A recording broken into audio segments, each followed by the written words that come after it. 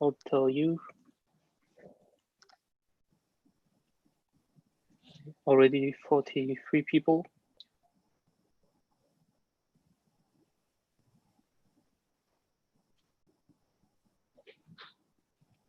Oh, all right, we are live. Okay, perfect. Thank you everyone. So hello everyone who are watching on our YouTube live stream of this roundtable for the Make Music Day in collaboration with Make Music Hong Kong. So I think, yeah, we are all here and we're going to start with this streaming on YouTube of this webinar. So I'd like to welcome our two speakers, and I'd like to thank them for being here today with us. So Stephen Chu and Yiu-Fai Chow.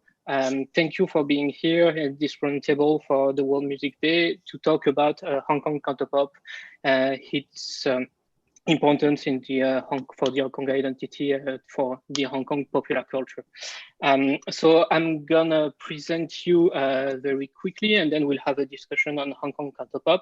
At the end of this discussion, we'll open a Q&A session.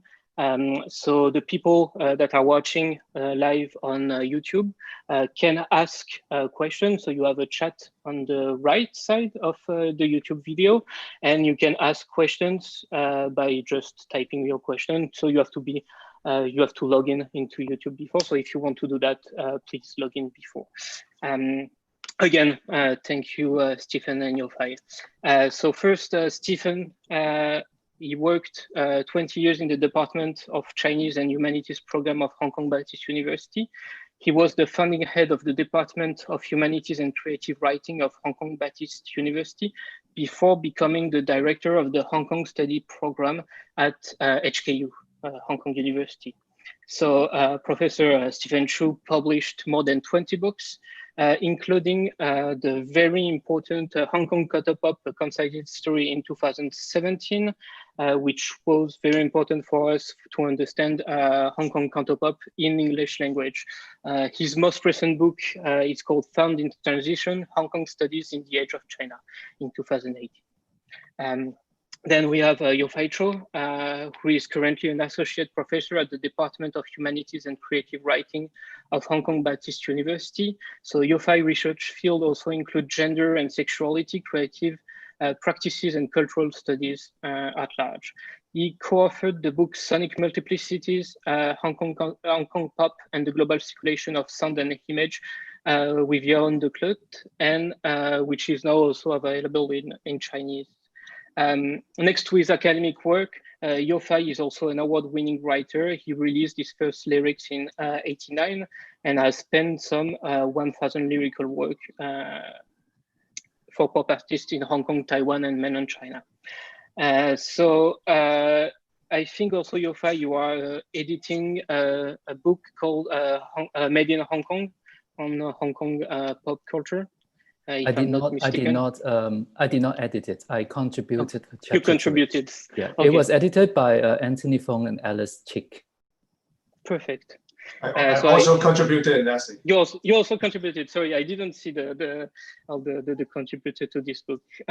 So it's edited right now. It's published already, or? Yes, yeah. I think, but because of the Corona crisis, then it's difficult to distribute the hard copies, as far as I understood. That's why I couldn't be able to read the whole book yet. So maybe after the virus pandemic is past, we can all be together again to discuss Made in Hong Kong. So for now, we will have a roundtable discussion about Hong Kong Cantopop and its influence for Hong Kong identity and history. So I'll have some questions. You can respond however you like. So my first question will be more personal. It will be on your personal relationship to Hong Kong Cantopop. how and when did you encounter Cantopop, and what meaning did you attribute it to Hong Kong Cantopop? Yiu-Fai, you go ahead first, Yiu-Fai. Well, this is Father's Day, so may I also wish Stephen a happy Father's Day, and so the honor should go to the father. and Stephen was my old boss, so I should respect my old colleague. Don't use the term boss. No, you were the department head. Okay. I know, but I am older, so that's why I have to make you sound as old as me. Stephen, you first. Okay, thank you. First of all, thank you very much to the organizers for giving me the chance to share my views on Cantopop. I grew up listening to Cantopop. I was born in the mid-60s, so when I was very young in the primary school, primary 2, primary 3, I started listening to Cantopop. But back then, Cantopop was seen as inferior to English songs, Mandarin songs. So even my parents, they're listening to Cantopop, but in Hong Kong, it was generally considered to be a kind of old-fashioned or just belonging to the working class, or something, so to speak. And so I had a very strange feeling listening to Cantopop when I was young. I like listening to Cantopop because Cantonese is my mother tongue, and I felt a little bit awkward because Cantopop. Why was Cantopop being seen as inferior to English songs or Mandarin songs at that time? So while I enjoyed listening to Cantopop, I felt a little bit, I didn't want to let people know at that time. Back then, because Cantopop was seen as old-fashioned. It just belonged to the generation of my parents. So until around 1974, I'm not sure Yiu-Fai will agree with me or not. In 1974, there was a very, very popular Cantonese song called Tai Xiu Yan Yuan. It's a TVB drama songs or the romance between laughter and tears, something like that, or Fatal Irony, a TVB drama. It was immensely popular, and it changed the impression of people, even Hong Kong people, towards Cantopop. And so, if I remember correctly, Dr. James Wong, the late godfather of Cantopop, Wong Jim, also used this song as a kind of watershed in the history of Cantopop. And besides this song was sung by a Hong Kong songstress called Sandra Lam, Xin Do Lai. Later that year, another very popular song called Wei Ma Xiang Xing, Games Glamorous Play. Well, it's really hard to translate those songs. Sung by Sam Hui, the god of Cantopop. And so after Sam Hui's Wei Ma Xiang Xing, Games Glamorous Play, and I think Sam Hui gave a total facelift to Cantopop, and people started thinking Cantopop could be trendy, could be, and Cantopop later became the trendsetter of Chinese pop music. So at that time, I think starting from around 74, 75, Hong Kong people began to take pride in Cantopop, seeing it is one of the important sources of Hong Kong identity. So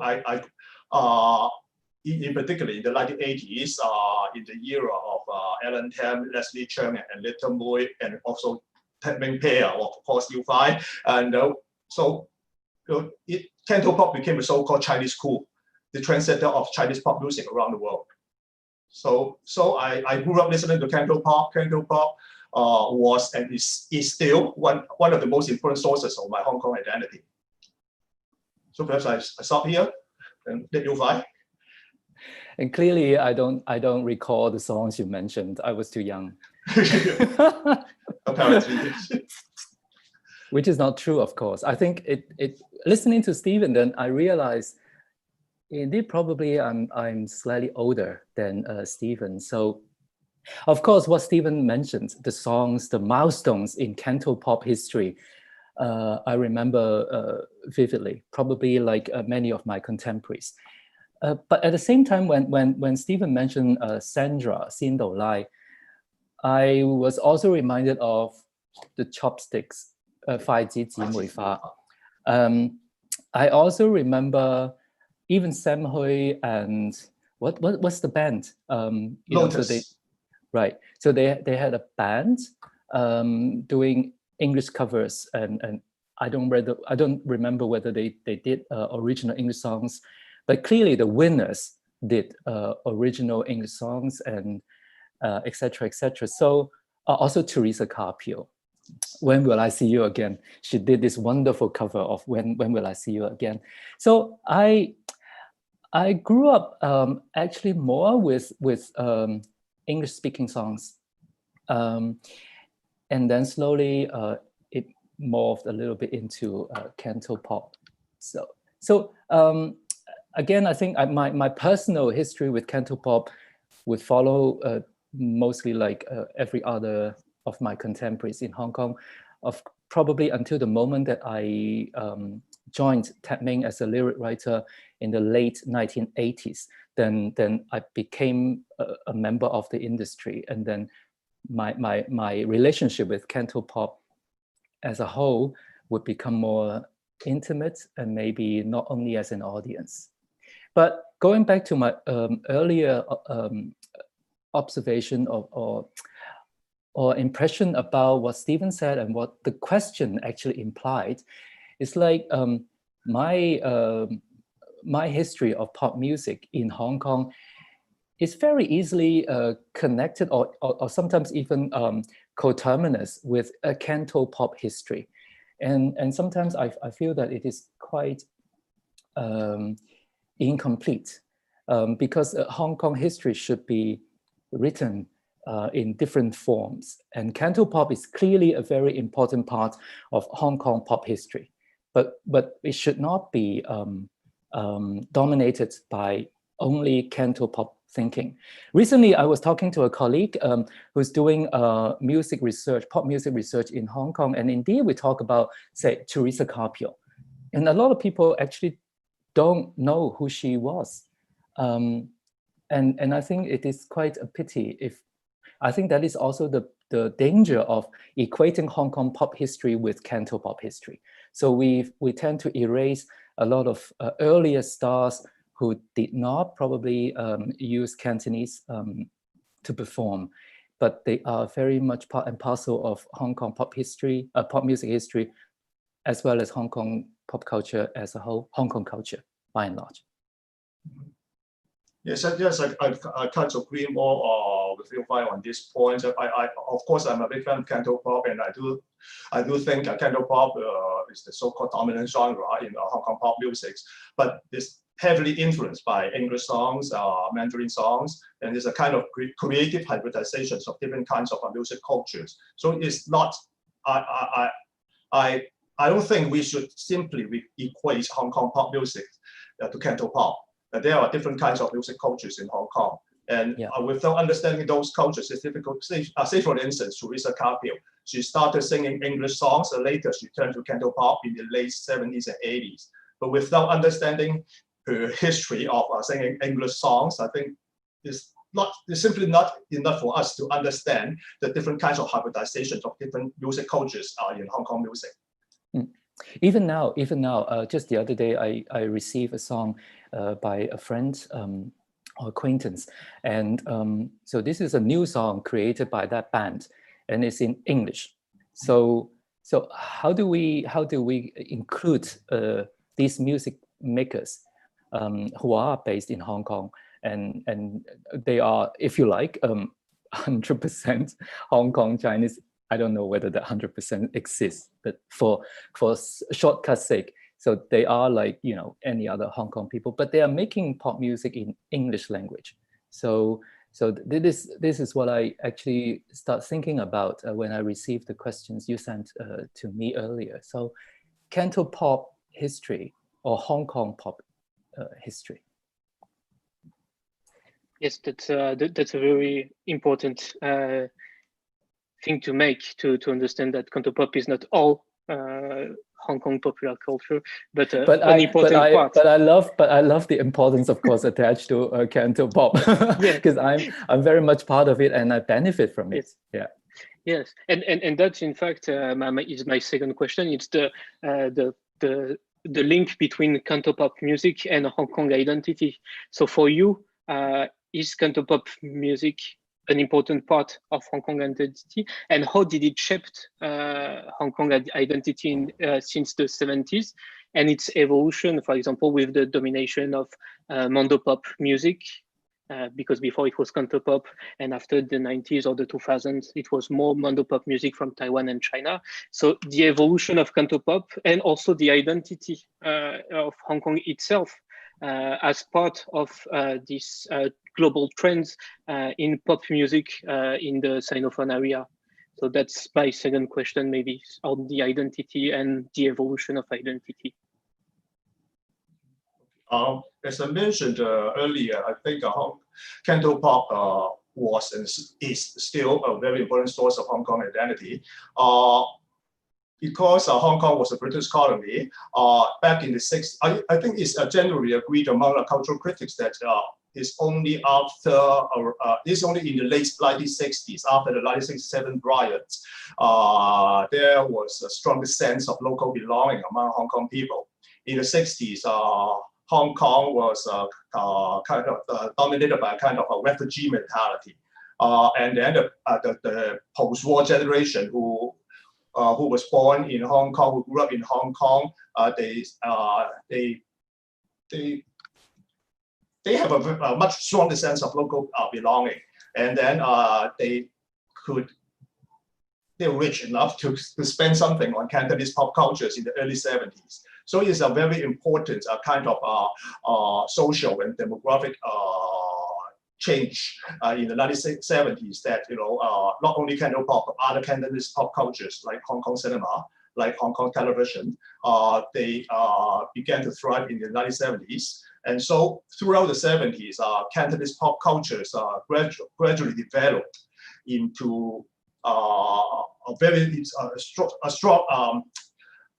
source of Hong Kong identity. And Hong Kong identity, I think, is something very strange. Unlike other kind of identities, I do agree with some Hong Kong critics like Zheng Hong, like Lui Dai Long, like Eric Ma, Ma Wai. They argue that Hong Kong identity is a kind of accumulated through everyday life experiences, and pop cultures, Cantonese pop cultures, were very important sources of that bottom-up experiences of Hong Kong people. So starting from the 1970s, Hong Kong people found their own sense of belonging in Hong Kong Cantonese pop cultures. And so there was a kind of creative synergy among pop music, Hong Kong cinema, Hong Kong television. And so I grew up at that particular juncture. So I always say I enjoy, or I consider myself fortunate to have the chance to experience the rise and the decline of Cantonese pop cultures. Back in the 70s, while I grew up, I started taking pride in Cantonese pop cultures, like pop music, Hong Kong cinema, Hong Kong television. And as an example, I quoted just now, Sam Hoi's song is the theme song of his Hong Kong Cantonese movie, Games Gamblers Play, and the Sandra Lang's song is a TVB, the theme song of the TVB drama. And so on. There are very, very positive creative synergies among those different pop culture platforms in Hong Kong back in the 1970s. So that's why my own sense of belonging to Hong Kong could be very much attributed to the formation and transformation of our Cantonese pop cultures back in the 70s. And I'm heavily slanted to Cantonese pop culture. I think Yiu-Fai is completely different from me. Which is rather strange, because actually Stephen came from a secondary school which was highly colonial. anyway, that that aside, I grew up with Joan Baez, Bob Dylan, Peter, Paul and Mary, and that sort of thing. But I love Cantopop, and I think when I started to love it, or to start working in it, let's go back to time. Then it's like late 80s and early 90s. I think I love what Stephen mentioned earlier, the term hybridity. And sometimes I like to use the other term, which is promiscuity, that we are quite open to everything. We take whatever is offered to us, whatever is available to us. And there is a certain sense of carefreeness, or carefreedom, if that's such a word. And it's like someone who's quite poor, like myself. I grew up rather poor. And so there is nothing to lose. So we just try out everything. We just take in a lot into us. And we get in, of course, Western pop music conventions, trends and so on, which were already a hybrid. So, and then we also started getting Japanese, of course, for a while, Taiwanese 流行曲, 時代曲, sorry. Korean, whatever available. So I think that is the sense of a certain, I don't know whether there is already a strong Hong Kong identity per se, but something like indeed, we were defined by a refusal to define ourselves. We just try to make it. But then gradually, I have a feeling that we start having everything, because we enter into this very golden era, so-called golden era. We start to have everything. We start to be the center of the Chinese pop music world. I think we start to feel increasing importance to ourselves. And then all of a sudden, like what Abbas has always argued, the sense of disappearance because of all these political, historical circumstances, that Hong Kong itself would be about to disappear, and then we have this so-called reappearance of Hong Kong identity, and it gets stronger and stronger into something, to me, like we are losing what we have, and that is something quite different from earlier, that we have nothing to lose, and I think that makes Hong Kong pop music, Cantopop, as well as Hong Kong identity at large, something that we want to defend because it is so under threat. And I think that kind of identification is quite different from earlier eras when I went through as a person, also as someone working in the industry. Thank you both.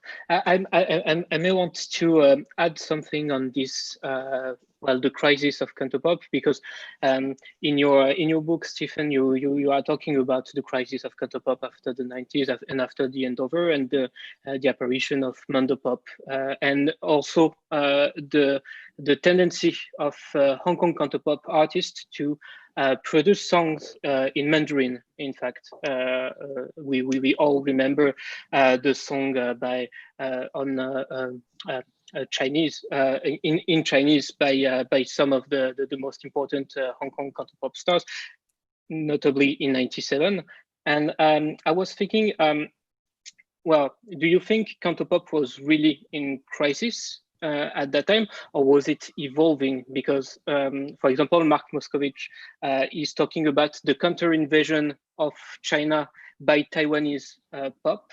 And at the same time, we had also a counter-invasion of Hong Kong in China, people and artists being influenced by Cantopop in China itself, and appropriating the codes and the genre of Cantopop and producing their own, in fact, version of Cantopop. And we can also see, in fact, the Cantopop nostalgia, even in the PRC, with artists producing songs in Cantonese, even if they are not speaking Cantonese. So what do you make of that? Is there a crisis or more an evolution and a circulation. So I bet Yiu-Fai would not agree with me on this point. We often discuss or debate or argue. So we agree to Go disagree. on, Stephen. Yes. I'm a little bit more pessimistic. I do agree with James Wong. He argues in his doctoral thesis that he uses the timeline 1997 as the end boundary of the timeline of the history of Cantopop. So after 1997, Cantopop has been declining, and I do, Nathanel, I do agree with you that there's a certain kind of Cantonese invasion, but it's back in the 1980s and the 1990s. Like the song, say for instance, a very popular song called 上海灘, the Shanghai Bunch, sung by Francis Yip, Yip Lai Yi. It was immensely popular in the mainland China. For those who don't speak Cantonese, they also sing this song, listening to this song. And so I think later the Mandarin songs in the 90s in the mainland China, they were probably influenced by Cantopop, or even of course Fei Wong. She won international fame in Hong Kong as a Cantopop singer, but later she went back to the mainland, and so I do think her mental pop is also heavily influenced by Cantopop. But after the handover, after the 1997, I think because of the decline of Cantopop, it was gradually taken over by mental pop. And Shanghai, Taipei, they became the center of Chinese pop music. And so since then, I think Hong Kong Cantopop has been declining, and his influence on different kinds of Chinese pop music has been diminishing in the new millennium. So that's why I've been arguing that it's a kind of a decline, if not demise, of Cantopop in the new millennium. But of course, Hong Kong Cantopop didn't die after 1997. My point is that my feeling is that it's no longer the trendsetter of Chinese pop music anymore. And I remember on this point, I think Yiu-Fai would agree with me. He mentioned in his book Sonic Multiplicities, the year 2003 is a kind of symbol of the death of Cantopop, because Anita Mui, Leslie Chen, and then later James Wong, Richard Lam, Lam Zhantang, they passed away in 2003, 2004. So it symbolized the death of at least of the good old days of Cantopop. But of course, Cantopop didn't die. There are different new singers and new styles. And Yiu-Fai continued to contribute very high quality Cantopop lyrics. But what I'm trying to argue is that Cantopop is no longer the trendsetter of Chinese pop music, and so it had a very big impact on the sense of belonging of Hong Kong people, and it has a very big impact on the so-called identity of the younger generation of Hong Kong people. I believe in death, but I also believe in making use of the threats of death. And clearly, I believe in rejuvenation. That's why I use skincare products. What I'm trying to say, or what I have actually learned from Stephen's research, to make it clear, I do not claim myself to be a pop music researcher. So my academic field is more in creative work as creative worker, and as well as in gender studies. So what I learned from Cantopop, it's very much from Stephen's work and other colleagues' work. And what I learned from Stephen and other colleagues' work on Hong Kong Cantopop history is the historical context. And it's due to a lot of historical coincidences that Hong Kong itself occupies such an important position in the world of Chinese-speaking or Chinese communities. And that's why Hong Kong pop music or Cantopop also became so important. But it is based on that historical juncture. And that historical juncture was gone. Hong Kong at that point, during the colonial time, like 60s, 70s, 80s, then Hong Kong was the only major Chinese conglomerations in the world that were very open to everything. And whereas Taiwan and mainland China, they were by and large very isolated. So we absorb all the trendy things like what Stephen said, and we were considered, I don't remember exactly the phrase, we were considered to be the global Chinese cool, Hong Kong pop culture. But again, as I said, that was historical, and Taiwan became also more open, and then mainland China as well. And the importance of the language also shifted from Cantonese to Mandarin Chinese or Putonghua Chinese. So my reply to Nathanel as well as Stephen would probably be twofold. First of all, we I use the grand we have probably fulfilled our historical function. So we have done that, and we have demonstrated, we have supplied to the world the music, the cultural products we have done, and then that would leave a legacy. So sometimes it's quite palpable, like what Stephen said. So I think Cantopop music has influenced a lot of particular Asian music makers. I very often hear K-pop, the sound of, for instance, Leon Lai and Mark Lui. And I talk to a lot of mainland music makers. They listen to Cantopop when they were young. So all these legacies, I think we should be happy and proud, and we have done that. And that's it. And the second part of my answer would be, because of that historical perspective, then we knew a miracle took place, and that's it. And then, well, Hong Kong is a small city in the Chinese-speaking world, so it may be, just like it is, just this city of 7 million people, and then with that perspective, then we just make music for this city, or for the people who feel very affiliated with Cantonese language, which would include maybe the southern part of China and maybe some people in the north, and that's it. And I think it is it may be a healthy way of looking at Cantopop in the long run, and we do not only think about, wow, the big business, the big global fame we once had. That was again a miracle, and unless we believe in a second miracle, then we should accept that this is the reality we are dealing with, and then we create music simply with that modesty. Maybe that is actually more what Cantopop should be, what music should be. Why should it be always connected to big business and big numbers?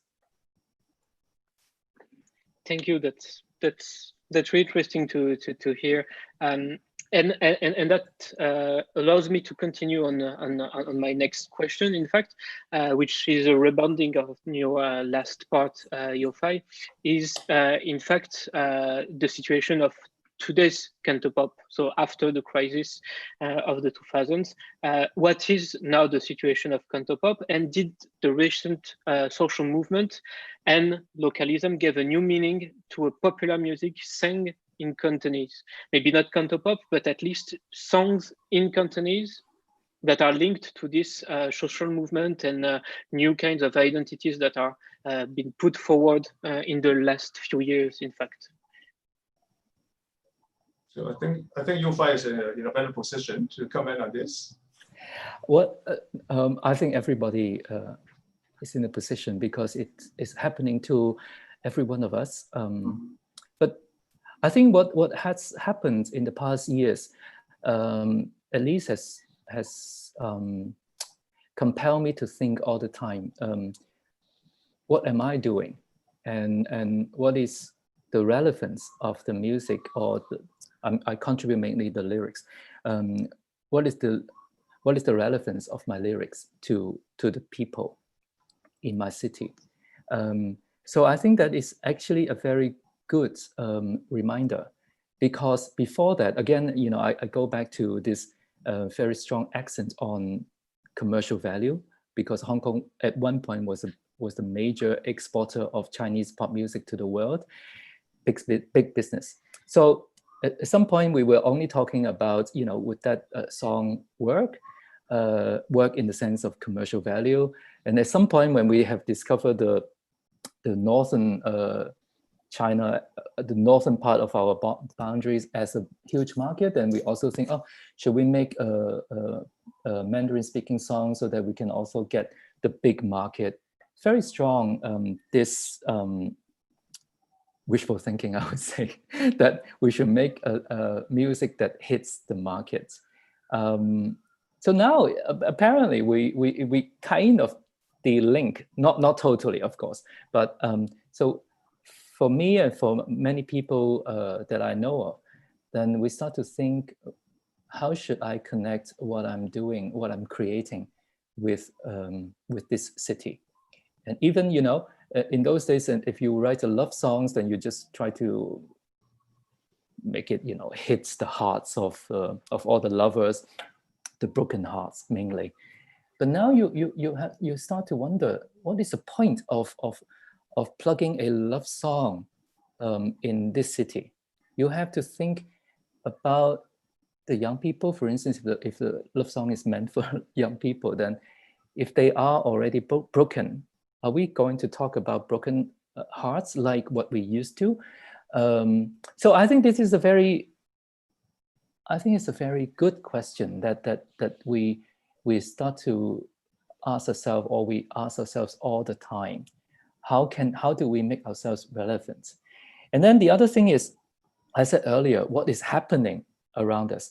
And it is very clear, it's very easy to be persuaded by what immediately happens around us. So what you said about the social movements, and currently the corona virus, so the scare part of health and safety, the difficulty in contacting each other. So, but again, personally, I also start to have this question about what is happening. And if I quote Larry Grossbeck, a cultural studies scholar, well, then he's urging us, the cultural studies people, to tell better stories about what is happening. And what is happening is a very interesting question, because we are not only talking about like the fight for democracy. We are not only talking about the need to have quarantine, how to be safe, but we are also talking about, well, issues of gender and sexuality that are still ongoing. Class, poverty, and very, very big income inequality in Hong Kong. These are still happening. And I think for me, at least, and I still try to keep that big question in mind. So what is happening, and what am I going to write about what is happening? But at the same time, I do not allow my question or the answer to what is happening only to a few struggles that are very clearly in our midst. So yes, I do agree that it's very important, to cover different kinds of themes, topics in Cantopop. And I think at least up till this point, up till the present moment, Hong Kong is still relatively free for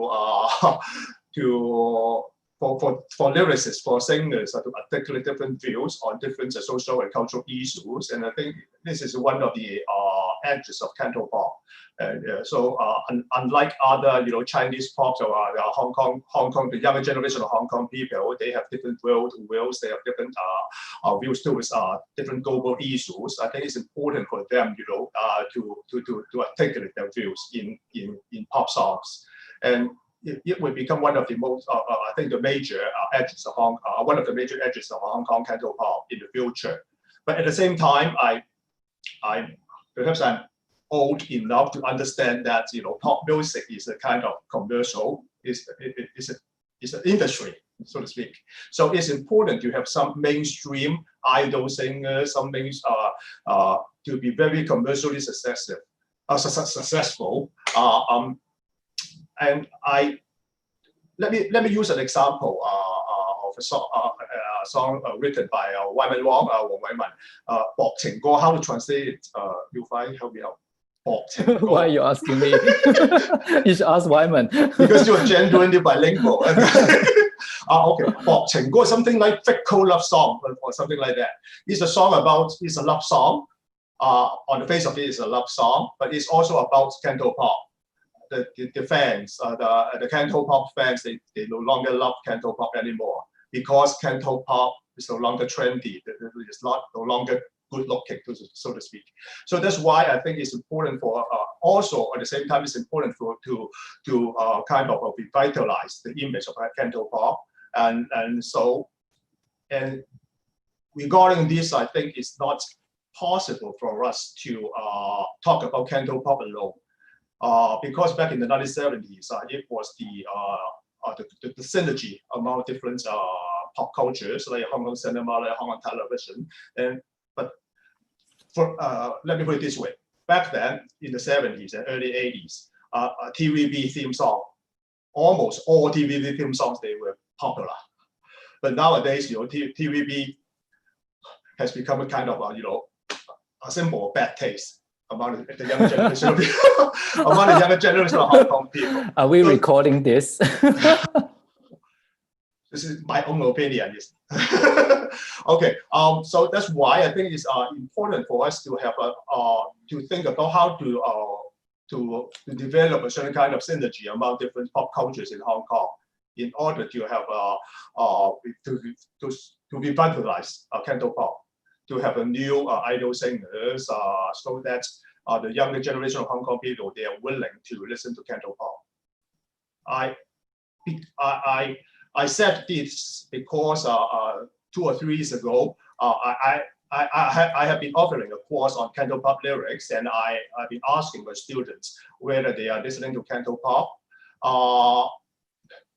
I remember very clearly that 2 or 3 years ago, a student of mine, he told me after class, he was still listening to Cantopop. He is a big fan of Cantopop, but he is kind of hesitant to let his friends know because Cantopop is no longer trendy. The peer pressure. But this is the point which is interesting. I think it's worth researching and observing on. That is the recent movements in Hong Kong. That is, that we are feeling so much under threat, including our language. Then I don't know how that would develop. The young people's affinity towards Cantonese language as well as Cantopop. So I don't know. I just people are always saying that never waste a crisis, right? So maybe this crisis is for us to, I don't know, to try to channel that kind of sense of under threat into a stronger sense of loving, in a stronger sense of affection for what we speak. And of course, on the other hand, it clearly is connected to how we create music. So we have to create the kind of music that really corresponds with how people are feeling. And I think talking about big stars and idols, it is probably a global trend too, about the fragmentation of media, and we all live in our own bubble. So even talking about Chinese stars, the latest I could think of that's really big to every Chinese in the world is Chow, maybe. So I can't think of anyone now that that command the kind of global Chinese popularity. So it's part of the trend that we don't have that kind of concentration of media, and so we can't have that concentration of popularity onto a few big Chinese stars. So I don't know, but I also see this is probably what me and Stephen have been talking about probably until the day we die. We're talking about. I also see signs of hope, maybe. Like Stephen's student, Serini, she's making wonderful Cantopop, and I don't know whether her audience base is small or large. Of course, you cannot compare her to Fei Wang's audience base, but quite a lot of people are listening to her music, and she was invited to different Chinese cities, also in the mainland, to perform and so on and so forth. So again, as I don't know whether we can create that kind of Cantopop industry as in the old days, but I think a lot of people are doing quite good things, and then they have their own, they create their own spheres of influence. And how to measure those spheres of influence is difficult, because the sphere can go larger and larger, so like a rippling effect. But what I can say is that I don't argue for clearly seeing big impact, but there is impact. Sure. Thank you. I'm seeing on the YouTube live stream a lot of very interesting comments and questions. So maybe I'll reduce my own question and let the people ask you questions, because I'm seeing a lot of wonderful discussions. So maybe I'll just ask two more questions, and then we'll go to the Q&A session, because that's really interesting what's happening right now. I have maybe one question about gender issues. You were mentioning gender and the importance of gender in Cantopop. So what was the role of Cantopop in bringing some gender issues facing in Hong Kong, for example, by Leslie Chung, but also by Denise Ho more lately? So what do you think are the links between gender and Cantopop and to the larger Hong Kong society? It's a big question. It's a research project in itself. So far, I do think that it goes back to my question earlier. What is relevant, or it should be in plural form? What sorts of politics are important? And there are many. And I think gender and sexuality politics remain an important issue, and we always could do more. That's what I could reply. But sometimes I do have the, not fear, but I just don't know how that would go further. As I said, because what I fear is that our understanding of politics may become increasingly narrow, and that may become increasingly exclusive. So whether gender and sexuality politics would be able to get into the general sense of struggling for a better society, that remains to be seen. Personally, I still consider that a very important topic for myself, and I will continue doing that, whether in my work in Cantonese or in Mandarin Chinese. Yes, I think it's a very interesting and important research project, and Yiu-Fai is the best person to talk about this. I think he wrote some of the best lyrics, Cantopop lyrics related to the issue of gender and sexuality. My all-time favorites, 忘記他是他. 30 years ago, okay? It's a forget. 30 years ago, Stephen. And then 志雄同體 like androgyny, or I think songs like these, you know, like 忘記他是他, I think is really groundbreaking to be pop songs, as well as to bring forward alternative views on gender issue. And I think Cantopop is still able to have different kinds of opinions on gender, on sexuality, and so evidenced by the songs written by Yiu-Fai, by Wyman, or even by Albert Leung, Li. And they have the different views on gender sexualities. And I think that's the so-called heterogeneity of Cantopop.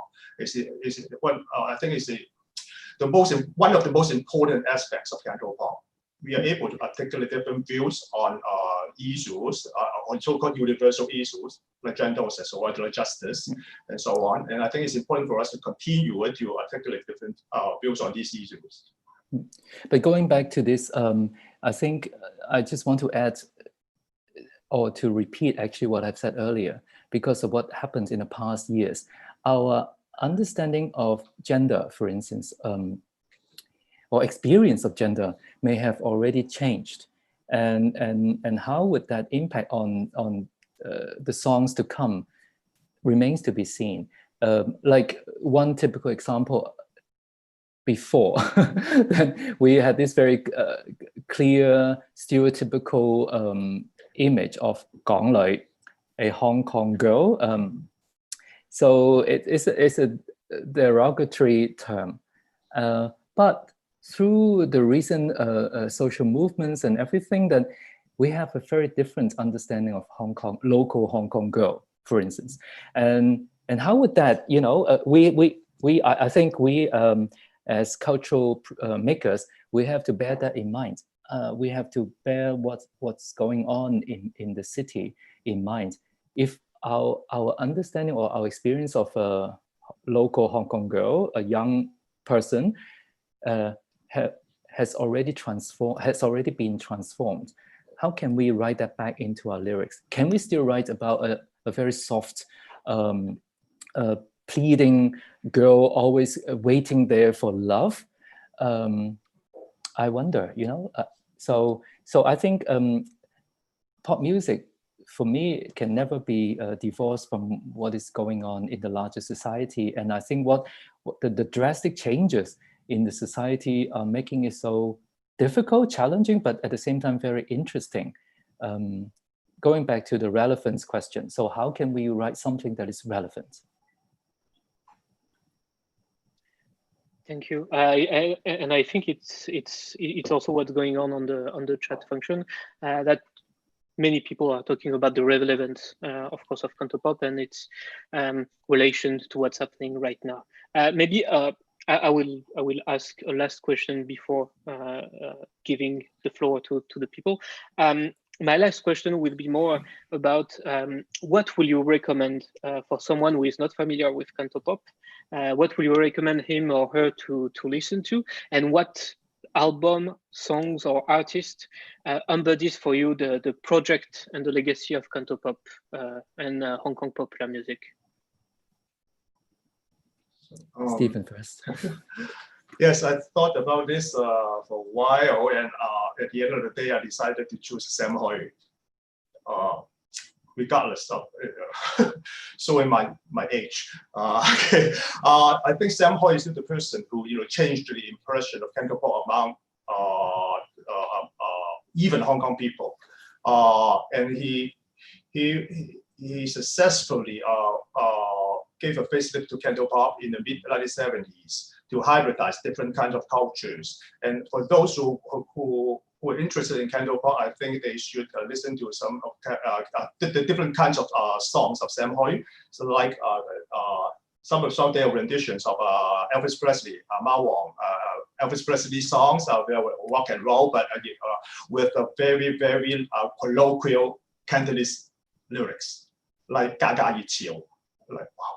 The trend of anyway, okay, different kinds of hybridizations of Western music, and at the same time, I think Sam Hui is also heavily influenced by Cantonese opera. His father, if I understand correctly, is a big fan of Cantonese opera. So Sam Hui must be growing up listening to Cantonese opera. Some of his lyrics, they are very, very literary Chinese, similar to those of Cantonese opera. So on the one hand, very colloquial Cantonese. On the other hand, a very literary standard Chinese, and a lot of different kinds of hybridities as well. So in terms of the melodies, in terms of the lyrics, there are different kinds of creative hybridizations. And most importantly, Sam Hui is handsome. Sam Hui is well educated, and so it's a very different, a very unique kind of a Cantopop star. So so that's why I decided to choose Sam Hui, the first god of Cantopop. So there, of course, there are different gods of Cantopop, like Jackie Chan, like Ethan Chan. So.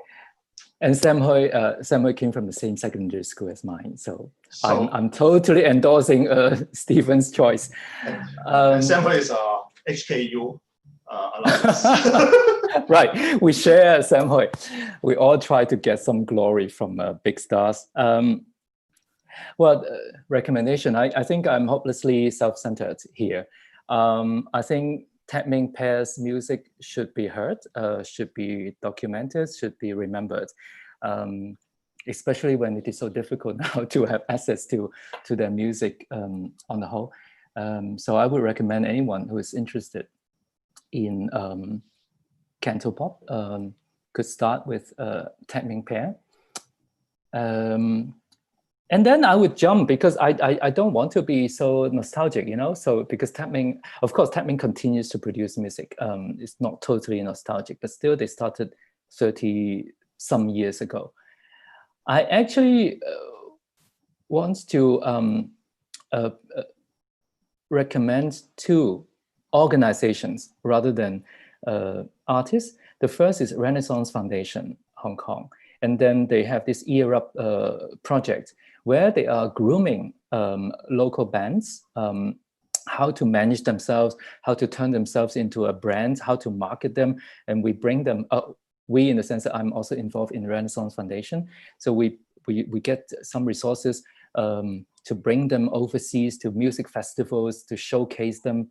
So it would be interesting to hear them.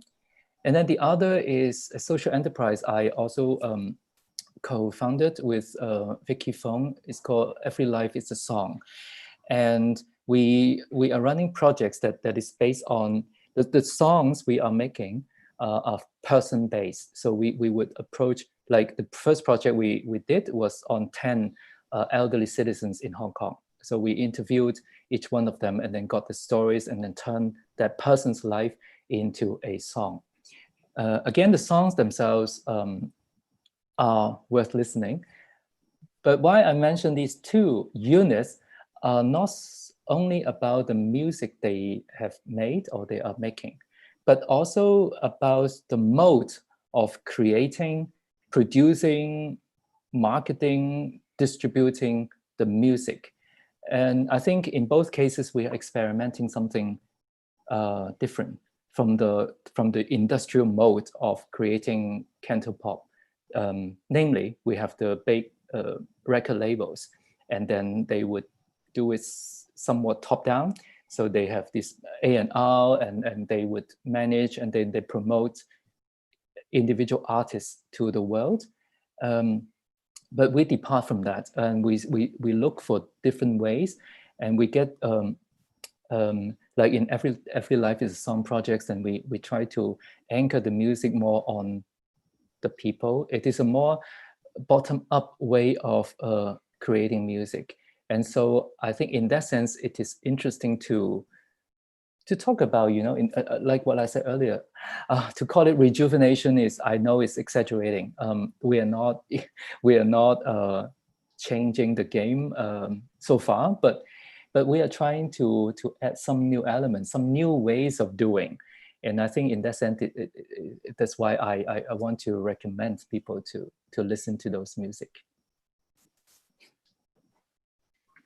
Thank you both for this amazing discussion. So we'll continue this discussion with the question of the public. So I know that there are some questions that have already been made. If you want, of course, to continue asking questions through the YouTube link, be my guest. There are 50 people right now participating to our conversation. So I think if you see on our chat, you see all the questions that are being asked during our discussion. So we have, for example, the link between music and colonial history. So are you seeing that? Yeah. So if you want to respond to some of them. There are a lot.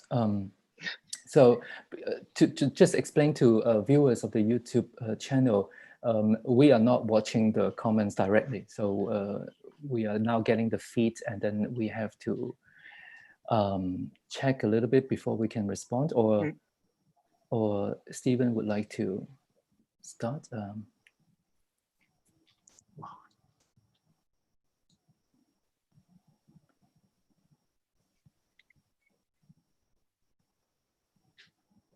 Link between music and colonial history. I think, as I said earlier, I think Cantopop is one of the most important sources of Hong Kong identity.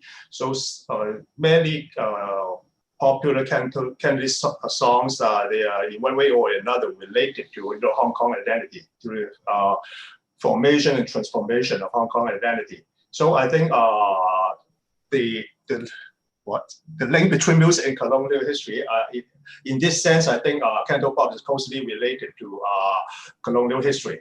At different particular junctures in Hong Kong history, colonial history, like 1984, say for instance. 1984 is the year when the Sino-British Joint Declaration was signed.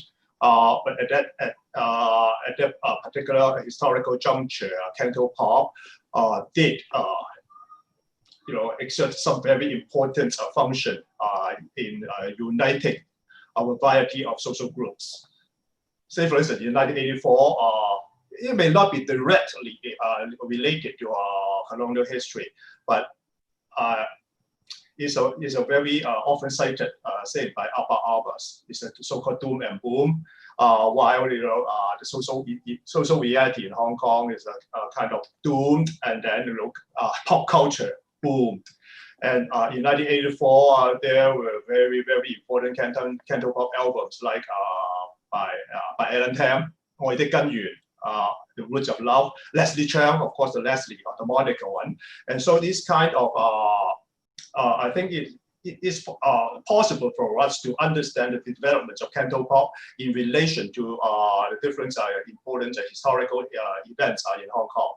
So they're not necessarily directly related to colonial history because of censorship. For instance, I heard that like even in Sam Hoi's songs, some of Sam Hoi's songs they are kind of censored because of sensitive political issues, like in Gaga. Well, I don't know how to translate into English, so I can only repeat in Cantonese. 黃面佬冇力，終於入埋英國籍 because it's too politically sensitive. Because the yellow skinned Hong Kong people, because they are powerless, and so that's why they decided to be a British citizen. Because it's too politically sensitive. So at the end of the day, the music company decided to have a different version of the lyrics. So, but those are censorship issues. But I would understand the link between history of Hong Kong and Cantopop from a different perspective. At different particular junctures, I think Cantopop, being the voice of Hong Kong, being the voice of the Hong Kong people, these songs articulate the different views of Hong Kong people on those historical issues.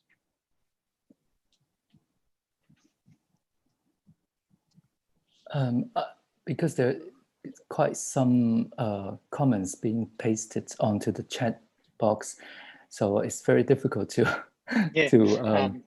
Maybe I can read some of them if you want to respond to that. There is one by Sharon. How do you guys see the role of Cantopop to the young generation? So far, both of you have recalled some past developments of Cantopop, but for now, is Cantopop still the mainstream of pop culture? Yeah, because I was also checking that. I'm also reading Angeline's comment or the question about Cantopop, ironically defined by its nostalgic power. Angeline is the colleague I mentioned earlier, talking about the research into pop music history in Hong Kong. So where would, for instance, people like Teresa Carpio be placed? Is our writing of Hong Kong pop history as Cantopop history actually pushing away these other artists who did not perform in Cantonese? Still do. I mean, some of them are still also making music, probably not in Cantonese language. I think going back to Angeline's question as well as Sharon's question, I think my whole point is I don't want to be nostalgic, and I'm not a very nostalgic person. I think if you are nostalgia, I can understand. I mean, I'm also sometimes nostalgic, but there is a danger to be trapped in your nostalgia, and then you are always looking back without looking ahead, or maybe simply looking at the present. What I've been trying to say is that a lot of interesting things are going on in Cantopop, or Cantonese music, Cantonese pop music.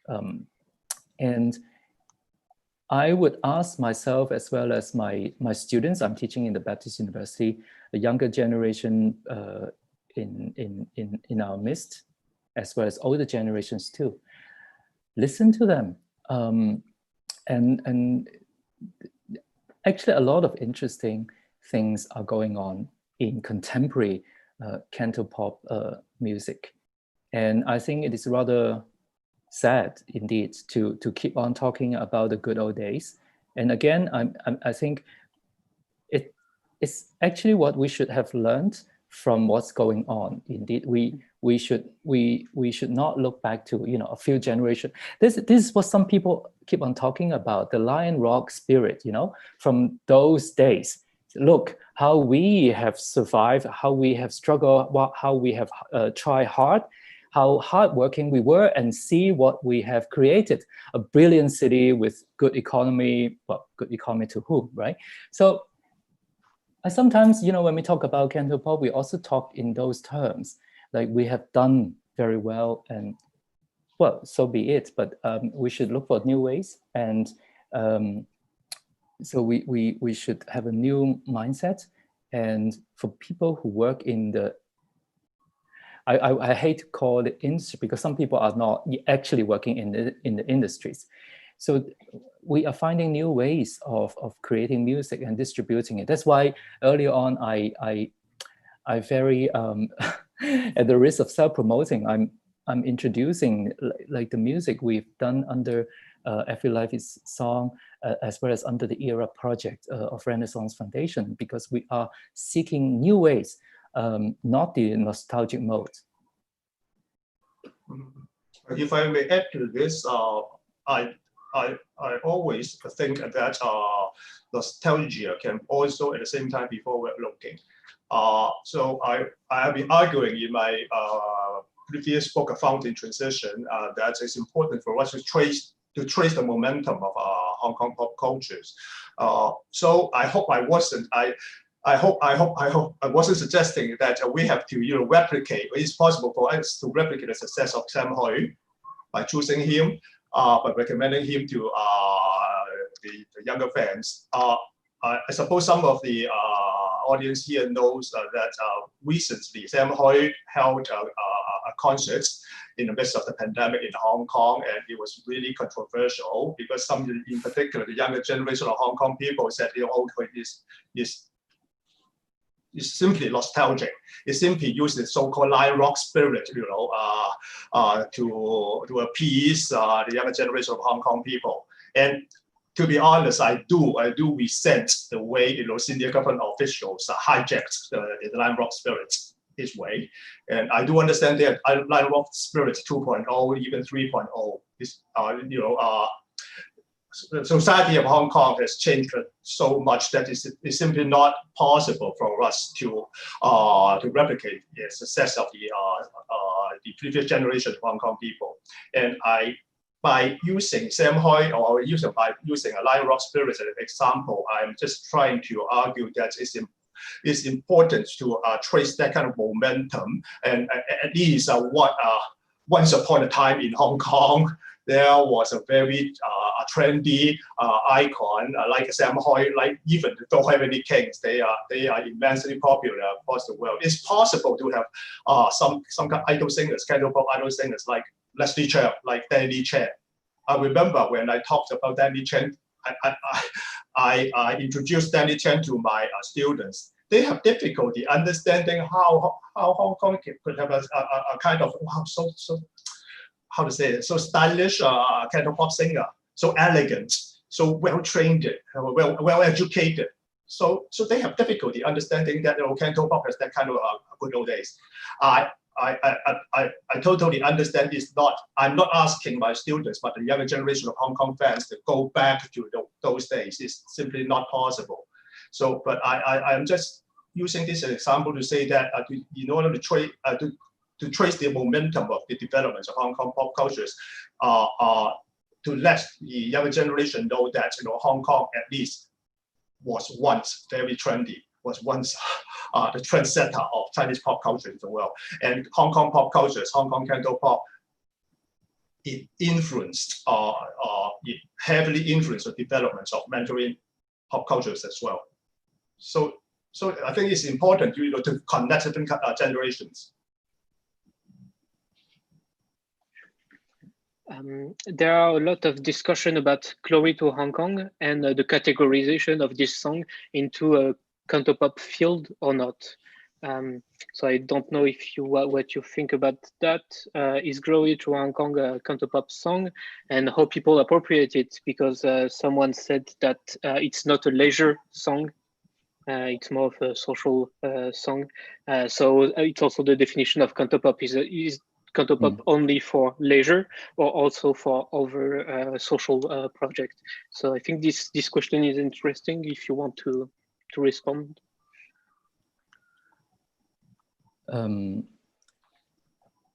Well, that's true. I mean, what we have talked about so far is, let's say, the social or political function, or sometimes economic function of music making.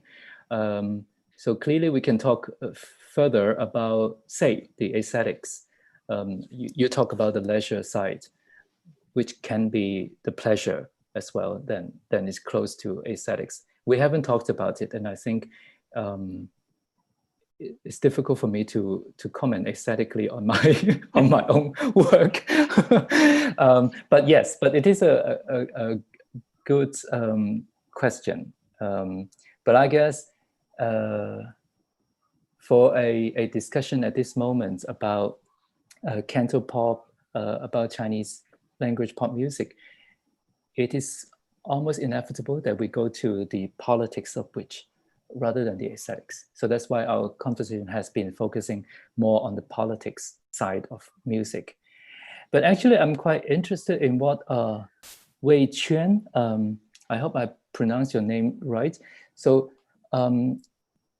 this audience member is asking about Cantopop and say he or she is from Malaysia and currently writing my master thesis about Cantopop. Actually, her question is asking about any online data archive, a database on Cantopop. Now, I see the question in two ways, interesting or relevant. First, maybe we should do that. I don't know. Would Stephen know? Is there a Cantopop archive? So maybe we should do a project there. Second, I saw the Malaysia's word, and I thought that Wei Chuan was asking, well, what about Cantonese music created in Malaysia? Would that be part of Cantopop? So do we define Cantopop by the language, or actually by its very specific geopolitical identity called Hong Kong? So that is another interesting question. For me, to make it more inclusive, then I would opt for Cantopop defined by the language, and we would welcome actually any pop music created in the Cantonese language around the world to be part of this culture, and we should work together. Do you know, Stephen? Is there a Cantopop No, database? I don't think so. You should do it then, Stephen. Your Hong Kong studies, did we see that Hong Kong studies there? Are you going to you have money? Maybe some Malaysian tycoons can fund it. So I think Yiu-Fai and I have been to some kind of a consultation sessions of the West Kowloon Cultural Districts many years ago. And I think we did make some suggestion about having a kind of Cantopop archive in the West Kowloon Cultural District. But senior government officials, they're simply not interested in this. We should maybe do a crowdfunding. project on establishing a Cantopop online. So how about the French government? They are very good in archiving. Yes. Yes. So we will talk about it. And back to the question related to aesthetics and politics, and I remember I published a very short blog essay last year on music and identity, and I begin that essay with a quotation from Simon Frith. I do think music, like identity, is both performance and story. So music describes the individual in the social, and at the same time it describes the social in the individual. And so some good Cantopop songs, that's why I've been arguing that, at the same time, so we should appreciate the aesthetics as well as the politics of those Cantopop songs at the same time. So like Mo Guitar Sitar, I think it's a very the literary devices being used in that songs, but at the same time the gender issues in the songs. At once they're aesthetic and politics.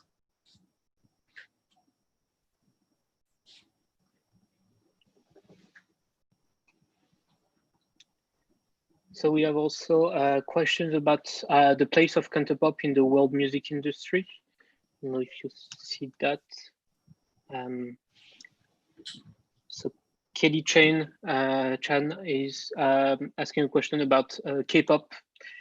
Is K-pop not taking over the globe? Is that a new miracle as well? And Sharon asks also, I think the decline of Cantopop relates to the quality of songs, either the singing skill of the singers or the genres of the songs. If Cantopop songs are still of good quality, they will be popular. Let me respond to Sharon's question. That one, I must respectfully disagree.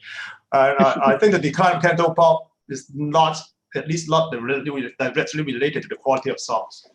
In terms of the lyrics, say for instance, I'm a big fan of Cantopop lyrics. In terms of lyrics, I still think very strongly that the Cantopop lyrics, they are the best quality of Chinese lyrics in the world.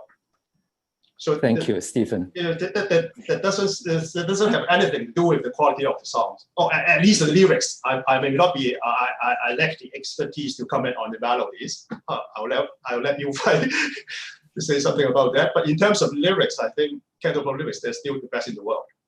So it's about the ecology of Chinese pop cultures. Is about the rise of China in soft power and so on. A lot of these are issues, but not the quality of the songs. Personally, as someone working in the industry for so long, I sincerely don't think popularity is a proportion of the quality. So it is very contingent. So a lot with marketing and a lot with the resources commanded by the label.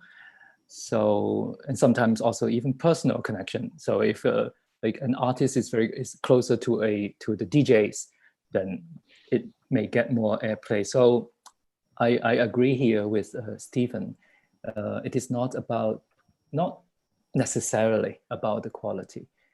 But I think at the same time, so you mentioned about K-pop, and it's like K-pop is not totally a sort of miracle. Of course, it's got something to do with the historical context. Then it is about Asia, East Asia, the rise of East Asia and the world at large.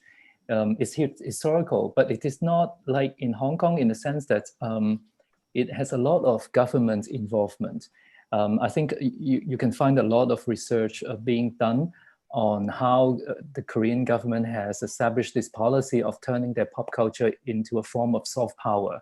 And so in that sense, of course, it can also fail. So somehow the policy and the schemes they introduce, they turn out to be quite successful. So it's not a miracle as such. I forgot the question originally, actually. So it was about the K-pop taking over the world, and is that a new miracle? And also the decline of Cantopop relating to the quality of the songs. But we already talked about that. There are some questions about Yiu-Fai on relations to as a lyricist to Cantopop. So what's the question? Let me see. So Alice, so Yiu-Fai Chow, do you think your practice as a lyricist has evolved over the years? Do you write differently and consider your lyrics differently now that you did more than a decade ago? And Stephen Chu, how has your work on Cantopop been received in HK and abroad? And do you think it says something to the way people perceive it today? So thank you, Alice, for your question. I would like to believe that my lyrics practice has evolved. Otherwise, I might as well have died, because I think it's important to keep on changing and keep on responding to what's happening, personally as well as politically, socially, if you want. So I hope that I'm changing, and I think one thing I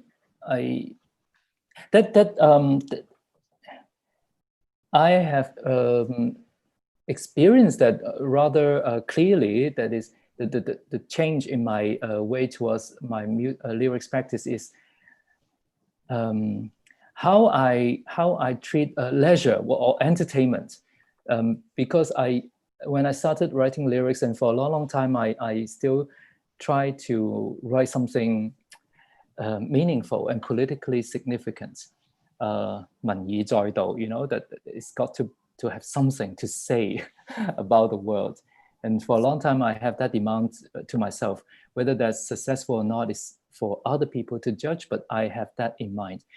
But the more I got into, so I left Hong Kong in 1992. So I was staying in the Netherlands for a long time during that very important part of my creative life.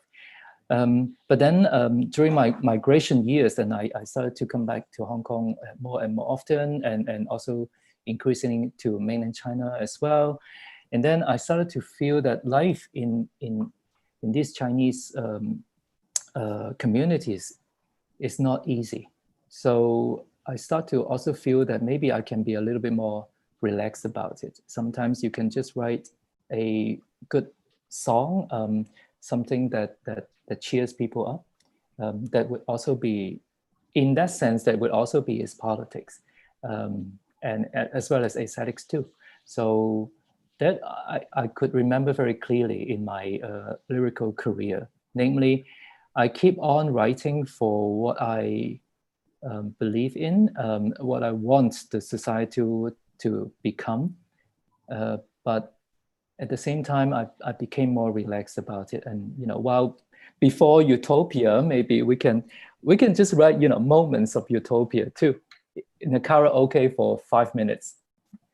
You may be in that kind of state of beauty. That's also fine. Yes, we got a question about how my work on Cantopop was received in Hong Kong, and I'm happy to say that my books, in particular Chinese books on Cantopop, they are much more popular than my academic books. There's so much okay. But I have to stress that in the academy, Cantopop studies are still very much marginalized, and I think Yiu-Fai knows this also very well. That we are not encouraged to do research on this kind of pop cultures because it's not academic enough. I think things have improved a little bit. Back in the 1990s, I was working in the Department of Chinese. Some of my colleagues, actually most of my colleagues, they told me to do something more academic, because Cantopop lyrics, they are they're not comparable to Chinese literature. the book of poetry, you are like because you're not good enough, you are not able to do to work on 杜甫 or 李白, so you work on Cantopop lyrics, that sort of things. So we are simply discriminated. But even nowadays, I still feel that this is still quite popular in the academy. So I think it's important, for us to change the impression of Cantopop studies in the academy. And I've been trying to persuade my students to work on Cantopop, like Surini, Yiu-Fai mentioned just now, my PhD student. She was working on a PhD thesis on protest music in Hong Kong. So I think it's important for us to have different views on Cantopop studies, to contribute their views on Cantopop in order to have that kind of inheritance and transmission. But I do understand I'm not young enough to be that kind of idealistic. I know it's difficult for my younger colleagues in say for instance HKBU to work on a project on Cantopop, because that would not be good for their promotion or tenure. Okay, how sad. So it's really sad but true. Yeah, but I think that in the counts also for research or scholars who are interested in non-mainstream disciplines, right? This counts for gender and sexuality studies. It's generally marginalized. Mm-hmm.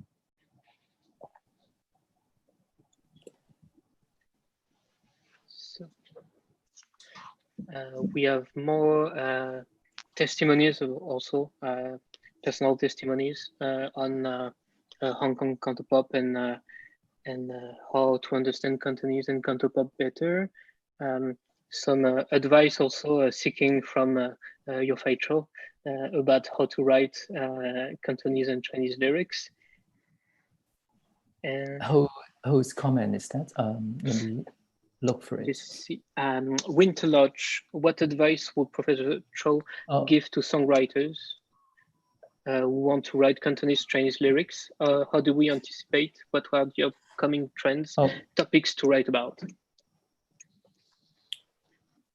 I don't have any advice. I mean, just do it. I think just like any other creative attempts, then you just do it, you try, you experiment, trial and error. But before that, or at the same time, of course, you try to absorb more, like what I mentioned earlier about Hong Kong itself. Then we are open, we are curious about what's happening in the world, and you get in touch with as many sources of inspirations as you can, and that should help you. And I think you also asked, Winter Lodge asked about how to anticipate upcoming trends or topics. It is quite a self-defeating attempt. If you think of any upcoming trend, and then you start writing it. Well, unless you're very important, then you can make that trend happening. But very likely, then you either miss the trend or you become someone following the trend. I had the luck as well as bad luck of not being in Hong Kong for a long time during my creative career. So the bad luck was that I could not really follow what's happening in Hong Kong very closely in terms of trends. Like the trendy words used by younger generation, I simply could not follow that because I was not living in Hong Kong. So the luck part was that I just decided not to do that. And then I just concentrated on what I could. So I accepted my state of living, that is outside Hong Kong. And then I just kept on creating what was dear to me and using the kind of language, words that I feel I should, instead of anticipating any trends. It's too tiring, I think. And although I'm not in a good position to answer this question, I would suggest with the large studying Yiu-Fai's lyrics, the different stages of Yiu-Fai's lyrics when he was in Amsterdam after he returned to Hong Kong in 2011, right? And that if he lived. You employed me. Yeah, I think for several years he lived in Kowloon City, and then I think that the life experience in Kowloon City, old tenement neighborhood in Kowloon, inspired him a lot. And if I remember correctly, Lu Hai Tong Alan Lu, she called you 民間詞人, right? So this completely different from the Chow Yiu-Fai in the 1990s. In the 1990s, it's Wai, right? Elegant, even flamboyant, that kind of style. But in after 2011, he became a 民間詞人. He became a part of the people. so I would suggest with the larger studying different stages of Yiu-Fai's lyrics, how he found the different themes, topics, and issues. And I think they are, at least in one way or another, closely related to his life experience as well. But then, if I may add, then the different stages, they connect with each other. Yeah, thank you, Stephen, for mentioning that 民間詞人. I'm very happy by that term. Yes, Alan was using that. And before that, I was sometimes referred to as the. It's not 民間at all in the 90s. No, I was more often referred as the offshore lyricist, 離岸詞人. Well, 離岸is not 離地, so they are not the same. But anyway, so what I want to say is that it goes also back to the legacy issue, that maybe Hong Kong Cantopop has passed its zenith in a certain sense, but it lingers on. And when I was offshore, when I was living in the Netherlands, I was a migrant. I was an outsider. And of course, I tried to get into, as much as possible, into the local culture. But I remain by and large an outsider because that's what the local people would think of me. So I actually brought that migrant or outsider perspective back to Hong Kong when I moved to Kowloon City. I consider myself one of them in the sense of one of the many outsiders in our midst. So thank you, Stephen, for mentioning Kowloon City, because we receive Nathanel's questions, and one of the terms that comes up quite often is local. And I just read our colleague, Korean colleague, Hingen's article also about this concept, and one of the authors was saying that local is a very uncertain scale. And indeed, when we talk about local, what is local? When I was living in Kowloon City, I lived in a very old style 5-story high building. On the ground floor was a Thai store, Thai grocery store run by Thai migrants.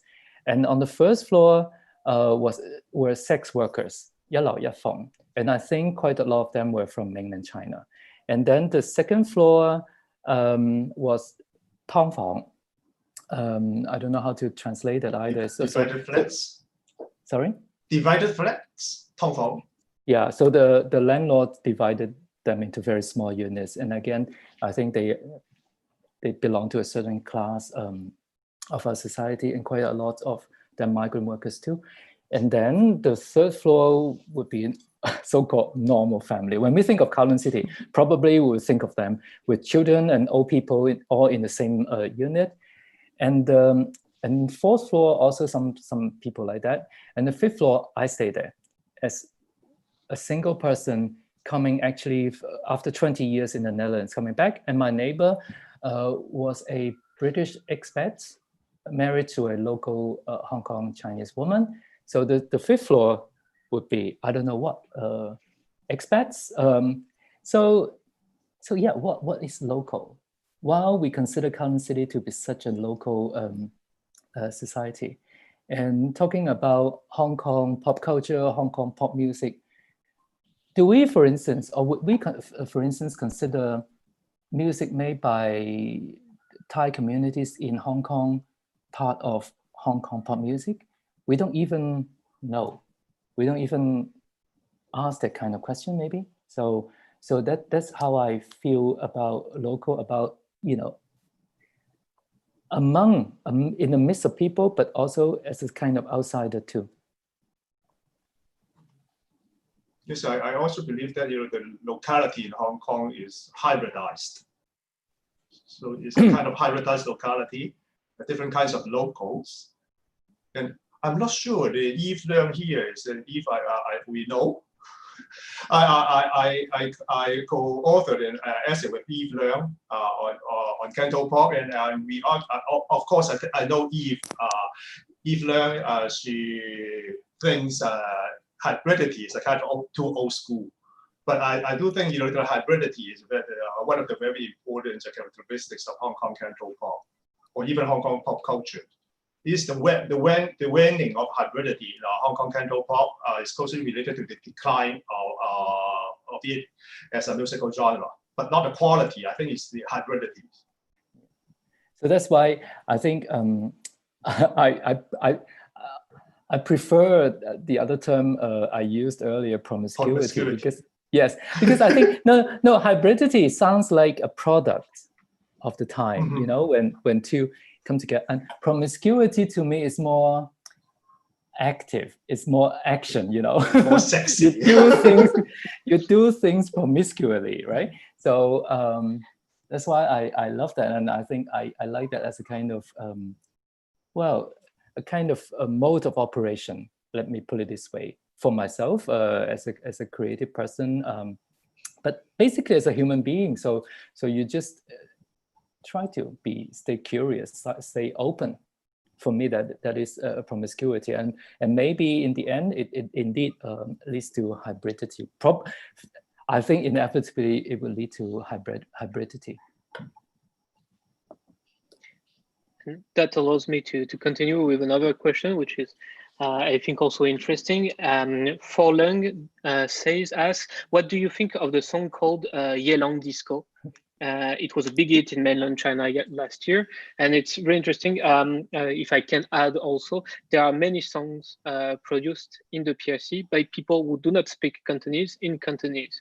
You have Masaiko Mosaic, one of a very interesting indie rock band from Sichuan, who also made a song in Cantonese. You have a lot of bars, which are in fact an homage to Cantopop. You have a bar in Sichuan, I think, dedicated to Leslie Chung. You have a bar in north of China. I think it's in Lanzhou, dedicated to Cantopop. So you have all this maybe nostalgia, or maybe also inspiration, because a lot of PRC-based artists were inspired by Cantopop or Canto rock artists like Beyond also. So maybe we can come back to this question about the hit of Cantonese songs produced by PRC artists. Stephen, you first. You know, I stand on dangerous grounds here to talk about Yelang Disco. Yeah, Yelang Disco. I think some of my students, they told me that, you know, Yelang Disco is trying to pay tribute to Cantopop. I think William Chen, right? We call him Chen, Dixie Chen. William Chen Wei-Ping sing this song. So it's a kind of tribute to Cantopop. I think to the good old days of Cantopop at least. But at the same time, I have mixed feelings towards this. And on the one hand, is paying tribute to Cantopop, but at the same time, I think it's a kind of parody of Cantopop. And then Cantopop is marginalized enough to be performed in that kind of manner, and then the legitimation of pop songs. And now the center of the so-called legitimation of pop songs is the mainland. If the mainland fans they like it, and then it will become popular. I think no matter it's a tribute or it's a mimicry or a parody, but you know, the center of the so-called legitimation of a pop music is in the mainland. So it's sad. At least to me, I think it's sad, but true. I would formulate my reply along two fronts. So first, aesthetics. I think it's not my kind of aesthetics. This kind of 口水歌啊, I don't know how to call it again in English, or 神曲, sometimes it's called. So it's kind of like a no-brainer. So you just sing along. So it's not my kind of aesthetics. So to quote myself earlier, so if some people derive pleasure in this kind of music, so be my guest. So that's aesthetics. In terms of politics, it's more complicated. So I agree with Stephen that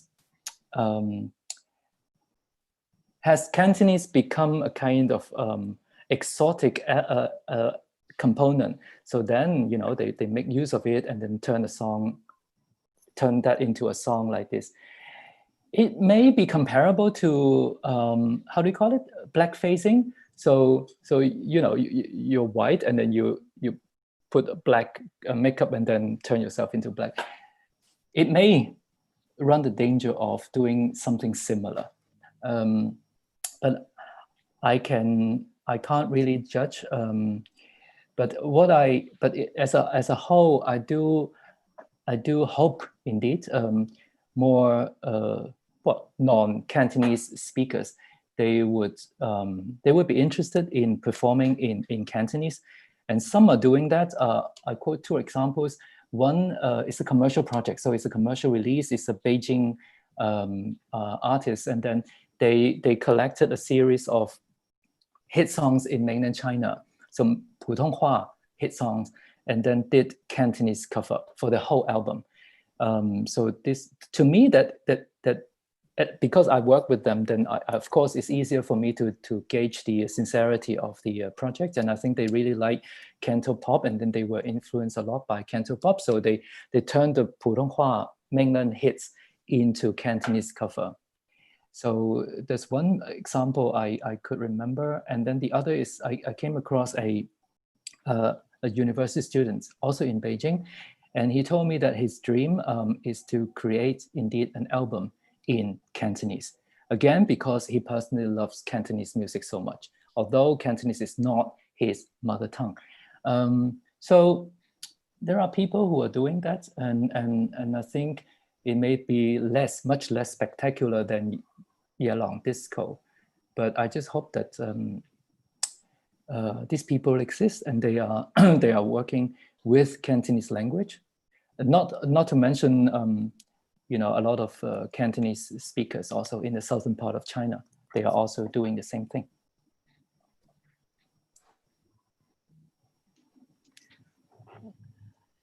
Yeah, we have another question by Weiche. I think it is important to rename the word Cantopop.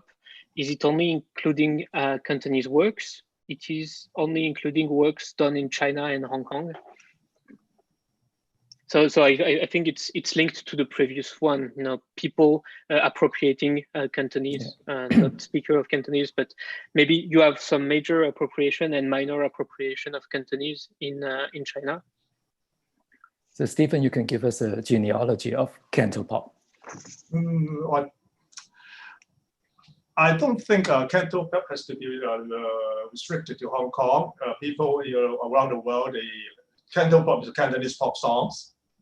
So if you write and sing pop songs in Cantonese, they can be considered to be Cantopop. And I think Cantopop is different from Hong Kong pop music. So Hong Kong pop, as Yiu-Fai mentioned earlier in this talk, Hong Kong pop consists of Cantonese pop songs, or even Mandarin pop songs, or English, or even French. I'm not sure. So there are different kinds of pop songs. Hong Kong pop, but Cantonese, Cantopop, I think is categorized by being sung in Cantonese. So, but it's not restricted to Hong Kong. people around the world, even in France, say for instance, they speak, if a French speak Cantonese, they write a song, the lyrics in Cantonese, it can also be considered as Cantopop.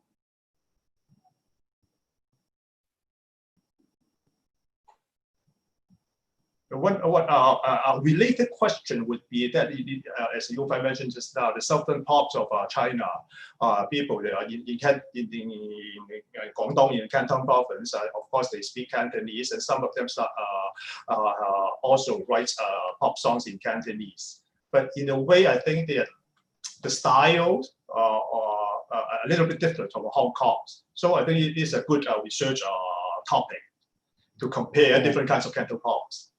And I think that goes back to what I said earlier about promiscuity, about being curious, being open. And in the end, sometimes I feel that we are running the danger of centering ourselves very much on Hong Kong itself. And again, that goes back to the good old days, the golden era, the importance of Hong Kong pop music industry itself. That is, Hong Kong Cantopop is very accessible in the southern part of China for a time, the rest of the country too. But how many Cantopop songs have we listened to that are created in Guangzhou? Are we at all interested in Cantopop created there? So I think if we think carefully, then you will see that sometimes the Hong Kong people, including myself, we are very much confined by our old hierarchy, which is never old, which is still there. So indeed, I would be curious about that, more comparative research, also in terms of aesthetics.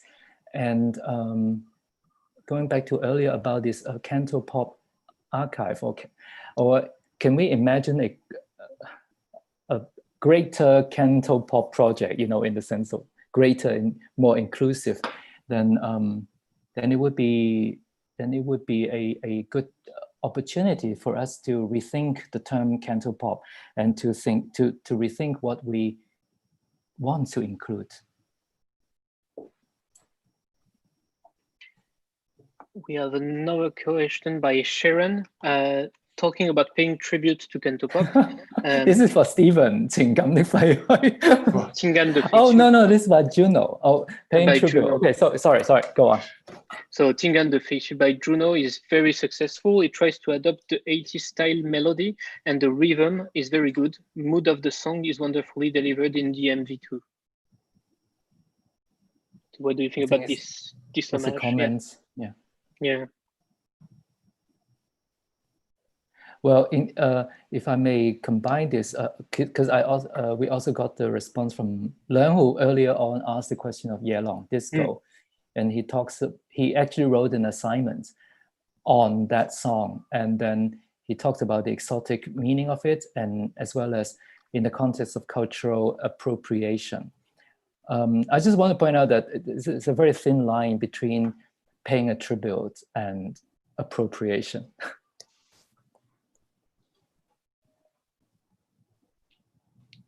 Stephen, what do you think of 情感的廢墟? I do think this is a tribute. Sometimes I'm less sure about some related examples, like James' rendition of Beyond's 喜歡你 in some music reality show in the mainland. It's totally different rearrangement of the song. It sounds so unfamiliar to me as a fan of Beyond. So that kind of appropriation, I think is a little bit problematic to me. But I think 情感的廢墟 is a kind of tribute, but it's difficult. It's such a thin line. I think it sometimes depends on our own interpretation. Because some of my friends, they said that when Jam sang the song 喜歡你 in the mainland, and then it's a kind of promotion of Cantopop in mainland China. So more mainland audience would know Beyond, know Cantopop, but to a fan of Beyond like myself, I think it's not the typical kind of Beyond at all. So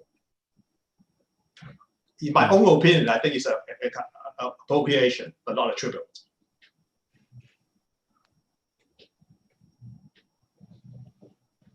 That's interesting. Yeah, that's very interesting what you say about beyond and appropriation, because what I see sometimes is more minor appropriation of beyond in the PRC by people giving meaning to beyond songs that are not the same as in Hong Kong, but everyone is giving the meaning they want into this kind of song. Beyond is somewhat one of the most famous rock band in China itself. So yeah, that's very interesting. But I think that also reminds me of the at some point a controversy, right? When Andy Hui, Hui Jing'an appeared in this reality show, talent. I can't distinguish the genre, and then Cui Jian, being one of the panel members, was accused. Was understood as saying, you know, why are you only picking on old songs from Cantopop, as if there's no new Cantopop coming up, and it caused a lot of controversy and so on and so on. But I think it does touch on an important issue there. So when you say you pay tribute, of course it's all very well. We should do that, but how do we avoid that we are indeed only paying tribute to the old days, to the old bands and so on, to the classics, because new songs are still being created in the Cantonese language. The real issue for me is that we cannot only pay tribute, and how can we try to introduce the new generation of Cantopops to a new generation of audience? Yeah. So that's a whole lot that we can do, but I don't know what can we do. If you think about that, what I said earlier about a greater Cantopop project, we can do a lot. It's just that who would do that? Who would give us the resources to do that?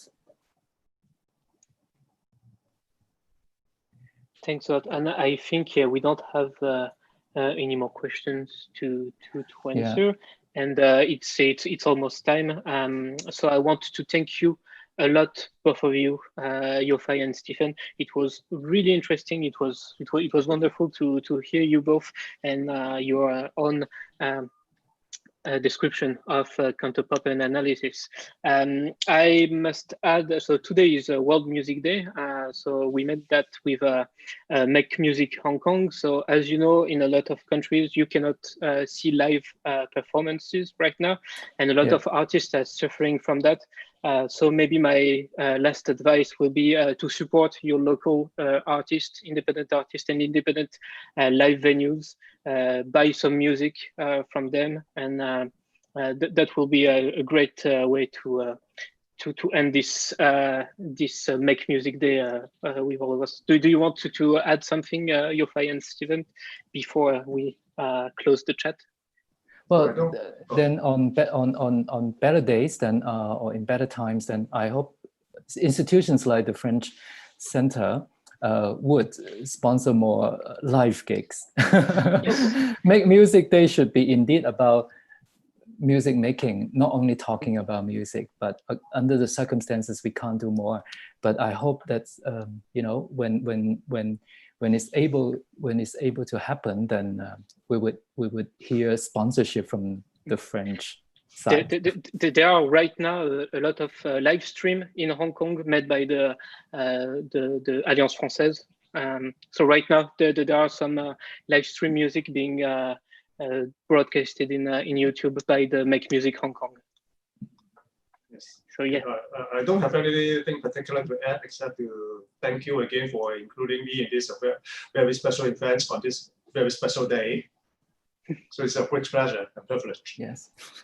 Listen more to Cantopop. I think that would be, spread it around, buy Cantopop music, go to live concerts and whatever. And just please bear with us for our shameless promotion. Yes. Yes. Buy Stephen's book. And Yiu-Fai's book. Yes. Thank you. Thank you. Thank you all.